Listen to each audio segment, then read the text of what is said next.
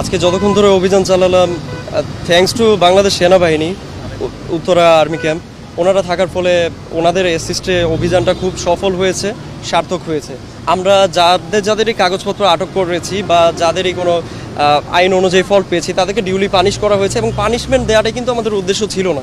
আমাদের উদ্দেশ্য ছিল জনগণ আইন মেনে চলবে, এটা এনশিওর করা, এবং আশা করি আমরা বোঝাতে সফল। শুরু হয়েছে 9:30 থেকে, চলমান চলবে। আপনারা দেখতে পাচ্ছেন ইটস থান্ডার স্টর্ম হচ্ছে, তারপরেও আমরা অভিযান কিন্তু চলমান আছে। ঈদ যেহেতু শেষ, এই সময়টা শহরটা ফাঁকা থাকে।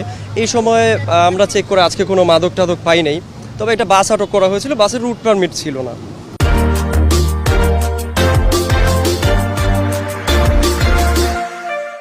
রাত করে তো তার ডিউলি ব্যবস্থা নেওয়া হয়েছে আইনানুগভাবে। এবং বা মোটর সাইকেলে দেখলাম হচ্ছে ওই 3 জন করে আরোহী নিয়ে চলার যে প্রবণতাটা, লাইসেন্স ছাড়া চলার যে প্রবণতা, এবং অনেকের মাথায় হেলমেট থাকছে না, তো ওইগুলোর বিরুদ্ধে আমরা অ্যাকশন নিয়েছি।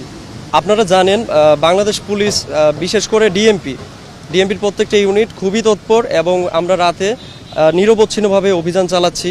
এবং থ্যাঙ্কস টু বাংলাদেশ সেনাবাহিনী, তারা থাকার ফলে একে তো জনমনে যতটুকু স্বস্তি ফিরে আসছে, আমাদের কাজেও অনেকটুকুই আমরা সহায়তা ফিল করছি তাদের কারণে।